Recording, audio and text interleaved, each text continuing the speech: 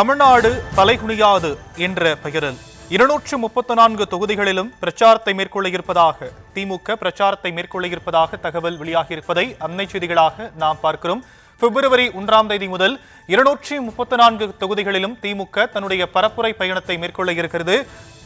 திமுக பொதுச் செயலாளர் துரைமுருகன் இந்த அறிவிப்பை வெளியிட்டிருப்பதை அன்னை செய்திகளாக நாம் பார்க்கிறோம். ஒவ்வொரு சட்டமன்ற தொகுதியிலும் ஒரு பொதுக்கூட்டம் என்ற அடிப்படையில் பிப்ரவரி 1ஆம் தேதி முதல் 234 தொகுதிகளிலும் திமுக தன்னுடைய பரப்புரை பயணத்தை தொடங்கியிருக்கிறது. இன்னும் சில மாதங்களில் சட்டமன்ற தேர்தல் நடைபெற இருக்கக்கூடிய ஒரு சூழலில் திமுக தன்னுடைய பரப்புரை பயணத்தை பிப்ரவரி 1ஆம் தேதி முதல் 234 தொகுதிகளிலும் தொடங்கியிருப்பதை அன்னை செய்திகளாக நாம் பார்க்கிறோம். விவரங்களை செய்தியாளர் பாரி கார்த்திக் வழங்க நாம் கேட்கலாம். பாரி கார்த்திக், விவரங்கள்.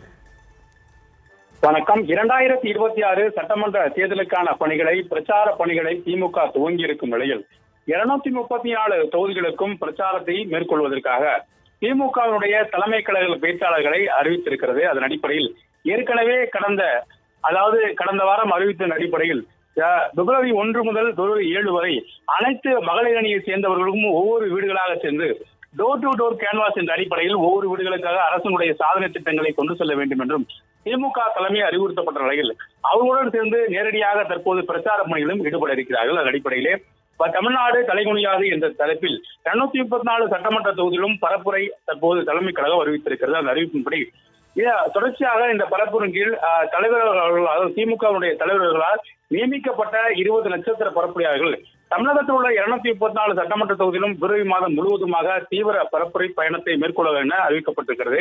இந்த பரப்புரையின் போது ஒவ்வொரு சட்டமன்ற தொகுதியிலும் ஒரு கூட்டம் நடத்த வேண்டும் என்றும் அறிவிக்கப்பட்டிருக்கிறது. 234 தொகுதியிலும் 234 பொதுக்கூட்டம் என்ற அடிப்படையில் ஒவ்வொரு மாலை நேரங்களிலும் இந்த பொதுக்கூட்டம் நடைபெறும் என்றும் அறிவிக்கப்பட்டிருக்கிறது. அது மட்டுமல்லாமல் ஒரு தொகுதியில் கிட்டத்தட்ட பார்த்தவங்கன்னா இது 20 பேரும் கிட்டத்தட்ட காலை மாலை என பல இடங்களில் பொதுக்கூட்டங்கள் தொடர்ச்சியாக நடைபெறும் என்றும் திமுக தலைமை அறிவுறுத்தப்பட்டிருக்கிறது. திமுகவை பொறுத்த வரைக்கும் அனைத்து வகையான மண்டல கூட்டங்களும் நடைபெற்று தற்போது பிரச்சார கூட்டங்களும் நடைபெற இருக்கிறது. அடிப்படையில் 2026 சட்டமன்ற தேர்தலுக்காக நேரடியாக பொதுமக்களை சந்தித்து தெருமுனை கூட்டங்கள் உள்ளிட்ட கூட்டங்கள் நடைபெறும் வகையில் தற்போது இந்த ஏற்பாடு செய்யப்பட்டிருக்கிறது. இதற்காக 234 தொகுதிகளுக்கும் பரப்புரை பயணத்தையும் அதற்கான பரப்புரை பயணத்தில் ஈடுபடுவோர் பட்டியலையும் தற்போது திமுக தலைமை அறிவுறுத்தியிருக்கிறது. அதன் அடிப்படையிலே பிப்ரவரி 1 முதல் பிப்ரவரி 28ஆம் தேதி வரை தொடர்ச்சியாக இந்த பிரச்சார பயணம் நடைபெறும் என்றும் அறிவுறுத்தப்பட்டிருக்கிறது.